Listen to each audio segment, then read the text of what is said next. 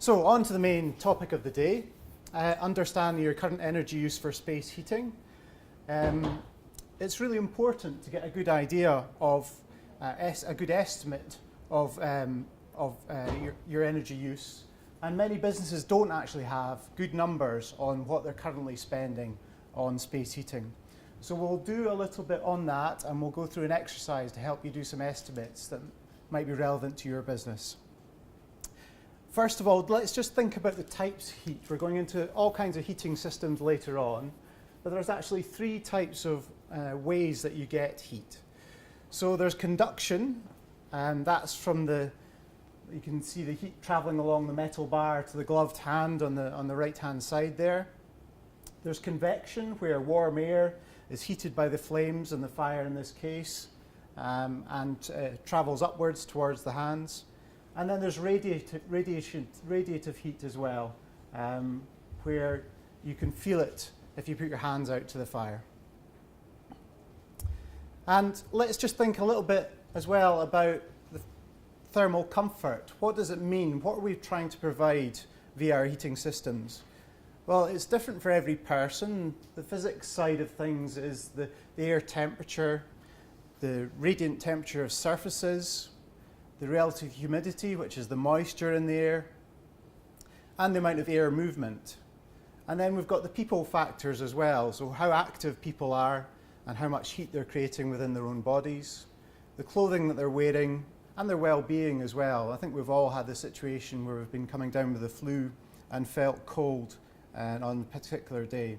So it's different for every person and different situation, and it can be quite a challenge actually in a large varied environment to provide the right space heating for a particular building. So what are the kind of sources of heating that are warming up our buildings at the moment? Well, it's not just the heating system that's installed that's doing that. It's people. We're all giving off about 100 watts even when we're sat down, the same as an old style 100-watt light bulb. The thermal mass of the building sometimes has an effect. So heat is stored in the walls and the roof and the heavy structure of the building. We've got sunlight or insulation coming in from outside through glazing, or even in thin skin buildings through walls, and that can have a big effect on the temperature inside buildings. We've got all the IT that we're using every day, laptops, computers, projectors, and that's a big heating input to buildings. Then we've got stuff like cooling equipment. Well, why would I say cooling equipment would contribute to heat? Well, if you think about your fridge at home, the back panel on the back of the fridge is actually warm. It's taking heat out of the cool area inside the fridge, and it's actually heating the rest of your kitchen. And then there's all kinds of process equipment that organizations have in industrial and commercial scenarios that's providing excess heat as well. And last on the list, we have the heating system. So just to bear in mind when you're thinking about your own premises, that there are all these sources of heat for your business. So let's dive into understanding the units and the description of heating a little bit. Energy is measured in kilowatt hours, and 1 kilowatt hour is 1 unit on an electricity bill or a gas bill. I've put a little asterisk next to gas bill there because some gas bills actually come in slightly different units. That could be cubic meters of gas or cubic feet of gas, but most gas bills should also convert that to kilowatt hours for you.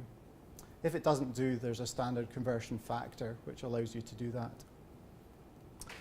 So 1 kilowatt hour is the amount of energy that's used by a 1,000 watt or 1 kilowatt appliance running for 1 hour. If we look at an electric example on the left-hand side here, a 1 bar electric fire usually has a power rating of 1 kilowatt. So running that for 1 hour, as we said, uses 1 kilowatt hour. And assuming that your unit cost for electricity is 13 pence, then you know straight away that that fire is costing you 13p per hour to run. So these calculations are very simple, but many people don't have that understanding but you can go around and look at the equipment that you're using or have got and pretty quickly tell what the running costs are likely to be. A gas example, we've got a 27 kilowatt domestic gas boiler. A lot of gas boilers for domestic situations are in the kind of 20 to 30 kilowatt range. And if we imagine a cold evening, the boiler switches on and off. And if we estimate that it's on for 30% of the time and off for the remainder, then its average power would be reduced from 27 kilowatts to 8 kilowatts. So running for 1 hour uses 8.1 kilowatt hours.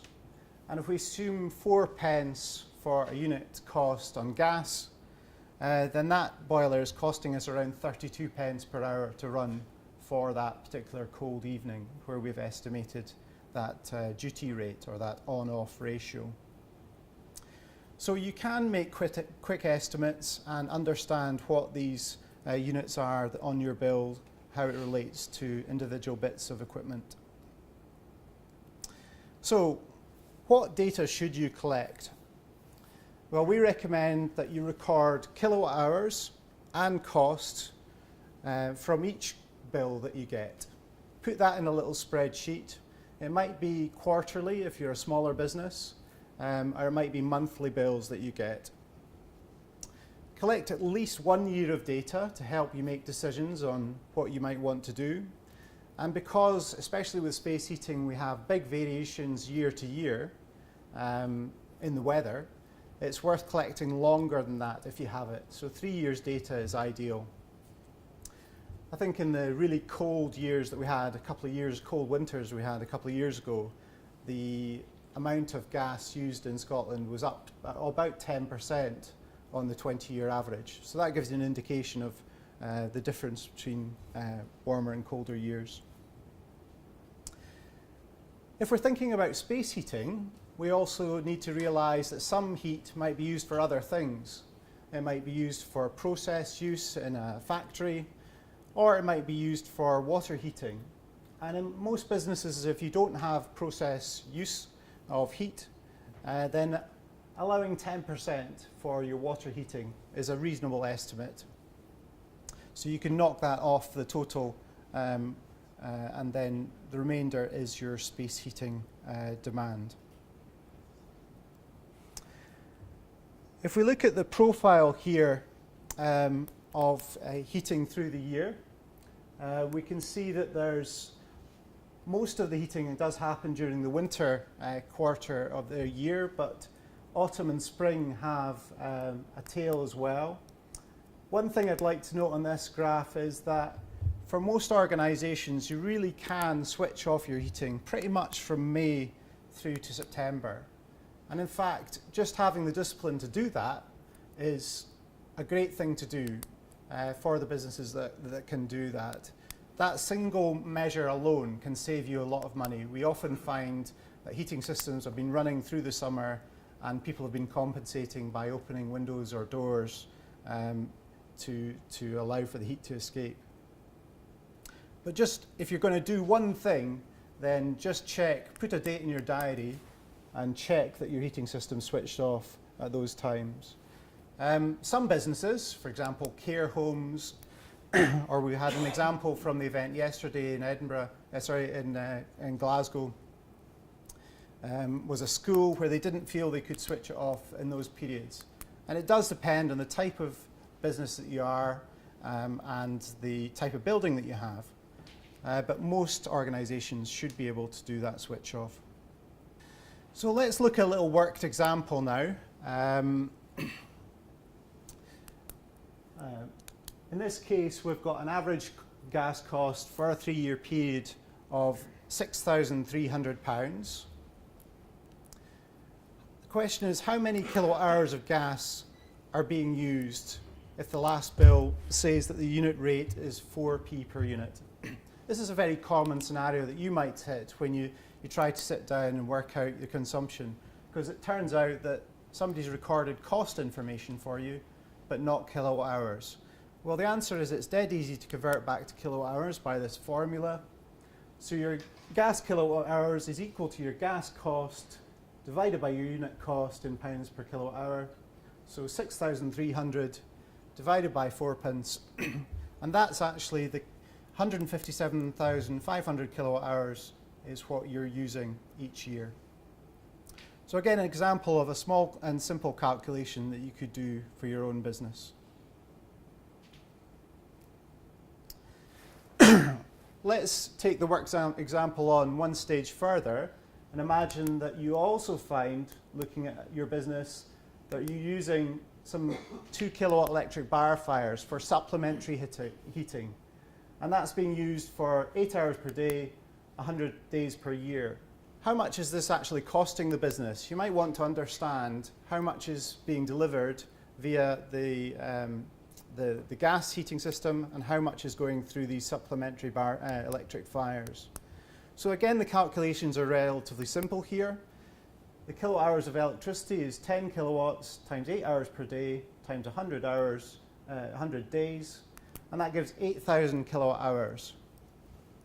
And we multiply that by 12 pence, which is the cost that you're paying for electricity, and we see that these small supplementary heaters are costing £960 per year. If I flick back a slide, we can see the overall cost for the gas consumption was 6,300. So these electric heaters are using a significant contribution of the total heating costs for the building. And in that scenario, what you'd want to do is have a look and understand, why is the main heating system not sufficient? Why are the people not having the comfort conditions that they want? And why are the electric supplementary heaters being brought in? I mean, the cost per unit is the main thing here. You're paying almost 3 times the cost per unit of heat delivered. So have a look at these kind of things in your businesses. Is there something obvious that sticks out that's worth further investigation? So if you don't have a gas boiler, what about other types of electric heating? Well, some buildings will have direct resistive heating. That's panels mounted on the wall. Some will have air conditioning units, the like of what we've got in here, the panels on the ceiling. And some will have storage heaters, electric storage heaters. How do you work out how much is being used for space heating in that scenario? Because you've got electricity being used for space heating, you've also got it being used for all the other electric users in your building. Well, it's tough to estimate if you don't have separate meters. But you probably can say, on average, for most small businesses that are not using any kind of process heat, that around 50% of electricity used in that way will be for heating and 50% will be for the other electricity needs. So again, that allows you to do a quick estimate of what heating is costing you. It's important to note that some electrically heated sites will have a separate electricity circuit and a separate meter, and that supplies storage heaters. Electric storage heaters are basically heaters with electric elements in them and bricks to provide a thermal store. And what happens is they're charged up using cheap night rate electricity, and then they release the heat back into the rooms during the day. There's some really good things coming forward in metering that can really help organisations understand and take action on space heating costs as well. So smart metering is coming to all SMEs at some time between 2015 and 2020. So that's a government-led initiative that will require the electricity and gas supply companies to fit new meters for you, and they will be of a spec called a smart meter.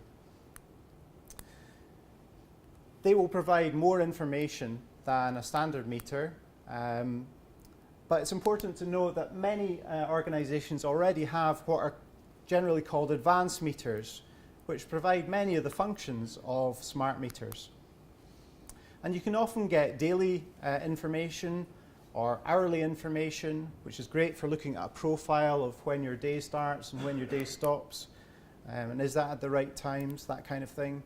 And you can also get little display screens to go along with your meter that connect into your meter and provide you with more information about your costs. And they're all great. These kind of things are great to have. There was a smart metering trial actually that was run a few years ago where they gave good meters and good information to a series of businesses, and with no other input, with no other help, just making that availability of data easy for the businesses resulted in 5% reductions for the businesses. As part of the smart metering trial, they also did, for some of the businesses, they also offered further support to understand, specialist support from consultants to look at further energy saving opportunities, and those businesses saved more. But even the organisations got no help, saved 5%.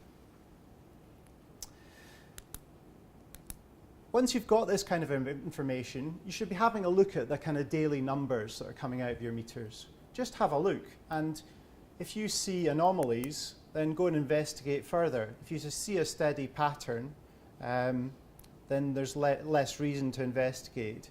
But there's always variations in weather as well, which can make it hard to spot exactly what's going on with weather, with space heating costs. One really simple thing that you can do is to look at weekend use. Imagine a business that has no activity during the weekend. Then without telling anybody, go and collect a meter reading for the weekend. So you could do it manually. Just take a manual meter reading late on a Friday and early on a Monday morning.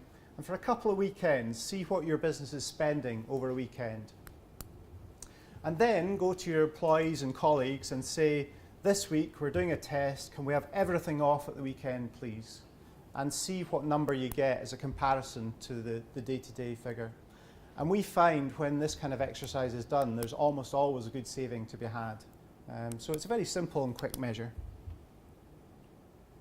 Another very useful thing for you when you're getting to grips with understanding what your space heating costs are is benchmarking. So this allows comparison between buildings and also, importantly, comparison between your building and typical figures for the type of organisation or the type of building that you have. So the key thing here is to normalise it per square metre area of your building. Very simple calculation. So for example, a factory that's 20 metres by 50 metres, that has an area of 1,000 square metres. And if we consider the previous example where we had 157,000 kilowatt hours of consumption, then the consumption per square metre is just 157,000 divided by 1,000, so around 157 kilowatt hours per metre squared per year. And it's great to do that. You can do that for different areas of one building if you have meters that relate to different bits of building. If you've got more than one building, just collect the data for all the buildings and allow you to have a look at that. Once you've got that, then you want to compare with some actual benchmarks for similar buildings. You might be able to do that with other parts of your organisation, or if you're a small SME, you might want to use the Subsea, which is the Building Services Engineer Trade Organisation. They published a document called TM46, and it's got hundreds of different benchmarks in it for all different types of buildings. So the one that we just looked at a second ago was Workshop, coming out at about 157 in my example, and you can see the benchmark here is 180. So you can see in that case, you found your own consumption is less than the typical benchmark for that type of workshop. So it might not be your first port of call to save energy costs. You might want to look at other areas of your business or other areas of heating. We had a very good point from the day yesterday where somebody said, should we really be aiming at these benchmarks? And what are these benchmarks based on? Well, the TM46 benchmarks are based on historical data for typical organisations. And in the scenario that John was talking about at the start of the day, around these dramatic reductions that we might need to make in the future, it's quite correct, I think the point that the person made yesterday, that we possibly have to go further than some of these benchmarks in the future. But the value of a benchmark is really to give you that first cut and that first look. How do I compare to others? Is my heating costing me double what it should be? Is it about right? Where should we start? And they're very useful for that purpose. So use benchmarks to understand your current space heating costs, set targets for reduction, and estimate the savings potential. And they're a great point to be able to just go to somebody senior in the organisation as well and say, look, we're way over our benchmark here. Can we get some time or money to look at this further? Is anyone familiar with degree days, which larger organisations, I know there's some larger organisations in the audience. Is anyone familiar with using degree days for benchmarks? Yeah, we have some people at the front table here. So this day is primarily for SMEs, and we're not going to go into degree days in detail, but I'll just do a brief description of it. Degree days allow you to take weather variability out. So if you record, I'm using 100 kilowatt hours for heating in this particular week, you don't know if that's good or bad, because it might have been a warm week or it might have been a cold week. So you don't necessarily know how your system's performing. But degree days are published figures which basically tell you how cold or warm that particular week was. And by comparing the amount of degree days there are in the official figures that are prepared and they're available free on the internet to your data, then you can do that comparison and you can say it was a cold week and yes, our heating was high, but yeah, that was about right. Or you can say it was a cold week, a warm week, and our heating was high. That's definitely wrong. There's some kind of problem here with our heating system. So they're very useful for that. There's probably a whole other event in explaining how to use them, so we're not going to go into them in detail. You can ask these two people here if you want to know more information.